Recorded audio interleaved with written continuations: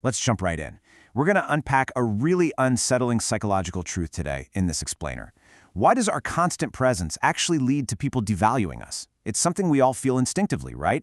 But we rarely say it out loud. We live in this wild era of infinite access, where everyone expects you to be reachable 24/7. But what if this abundance of availability is actually tanking your perceived value? Today, we're going to explore the hidden behavioral law that dictates how respect, admiration, and desire are really formed. Just think about it for a second. Why is it that the folks who give us absolutely everything we want are often the ones we get bored of the fastest? Why do we constantly chase the elusive people but completely dismiss the loyal ones?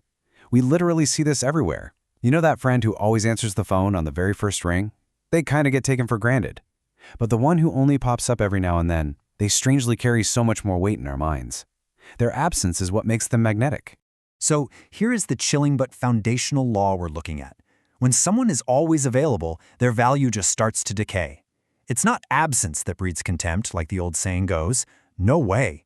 It's actually abundance. It's the constant, the overly familiar stuff that we subconsciously learn to ignore. When you hand over your presence way too freely, you aren't building a stronger bond. Actually, you're practically training people to disregard you. Okay, moving into part 1, the psychology of value.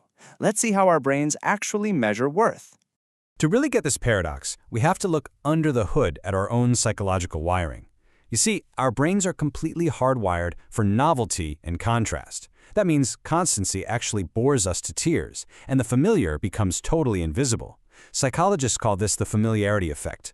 Basically, the more you're exposed to something, the less it excites you. It's like that song that used to give you absolute chills, right? Play it 10 times on repeat, and it's just background noise. Even your absolute favorite pizza gets boring if you eat it for breakfast, lunch, and dinner. We don't crave sameness. Our brains actively hunt for the pattern break. And this comparison perfectly hits the nail on the head. Look at a sunrise versus a shooting star. Both are these spectacular cosmic events, but because the sunrise is given to us literally every single morning, without fail, we practically ignore it. A shooting star, though, it's rare. It flashes once, and we gasp and we tell stories about it for years. That unpredictability and scarcity is exactly what makes it so precious to us. Our brains essentially measure value through friction. It requires effort, boom, feels important. Requires absolutely nothing, feels totally disposable. No friction literally equals no value. This is exactly why luxury brands intentionally limit their supply. And this translates directly to human interaction. When you're always available, you completely remove that friction. Instant replies, instant favors. When you do that, you're training people to expect you on demand. And human nature dictates that instant access quickly breeds entitlement.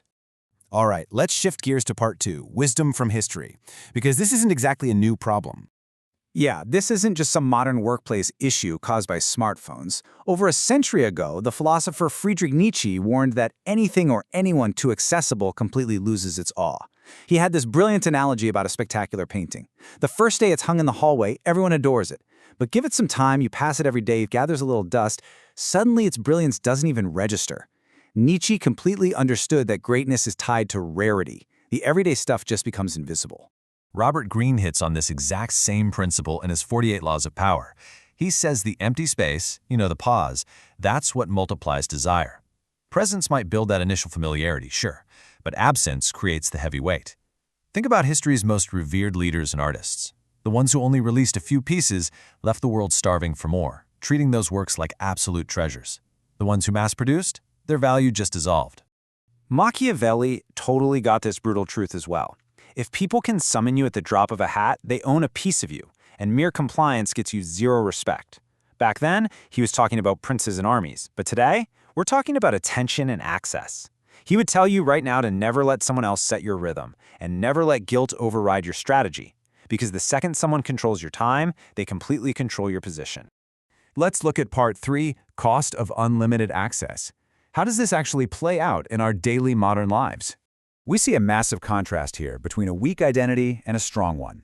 A weak identity is super reactive. It broadcasts low status by avoiding conflict and just saying yes to everything out of fear. I don't want to disappoint anyone, or I don't want them to be mad.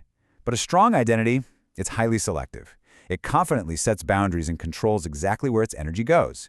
Because frankly, you do not owe everyone access to you. Take the workplace, for example. Compare the desperate employee to the stable one. We've all seen this dynamic, right? The desperate employee is staying late every single day, answering midnight Slack messages like they're an ER surgeon on call. But because there's no friction, nobody respects the sacrifice. It's just expected. Meanwhile, the stable employee does killer work, unplugs right at 5 p.m., and keeps a professional distance. They're the one who actually commands real authority. This absolutely applies to romance too. You have the overgiver who's constantly checking in, over-texting, over-explaining, and what happens? They start to feel completely disposable. But the grounded partner? They're present, sure, but not dependent. They maintain their own space. Love is powerful, but it totally obeys this hidden law. When there's no distance and no anticipation, that spark just cools off. Availability without standards creates a massive imbalance, and that imbalance just breeds disrespect. So let's jump into part 4, mastering strategic availability. Let's talk about the solution. If unlimited access kills your value, what's the actionable fix here? We're not talking about playing childish mind games or completely ghosting people. It's about mastering strategic availability. You are present, but you aren't completely predictable. You're super helpful, but you aren't dependent. You're calm, but you are not controllable. You have to realize that unlimited accessibility isn't actually kindness, it's overexposure. Your value in the eyes of others is shaped just as much by what you choose to hold back as by what you willingly give. So here is your blueprint to stop trading your power for approval. Look at the shift from a reactive mindset to a selective one. Instead of firing off instant replies, employ controlled access. Instead of saying yes just to dodge guilt, fiercely protect your focus and energy. You don't need to make some dramatic announcement about it either. Just set quiet, firm boundaries. Stop over-explaining. Just use silence to hit the reset button on their entitlement and build your respect back up. As we wrap up this explainer, I really want to leave you with this provocative question to chew on. Look at your own habits. Are you endlessly flooding people with your presence until you just blend into the background noise? Or are you operating with enough discipline and clarity to leave just enough space to be missed? Remember, scarcity creates desire, and it absolutely rebuilds respect. Keep that in mind the next time your phone buzzes and you're tempted to instantly reply to a demand on your time.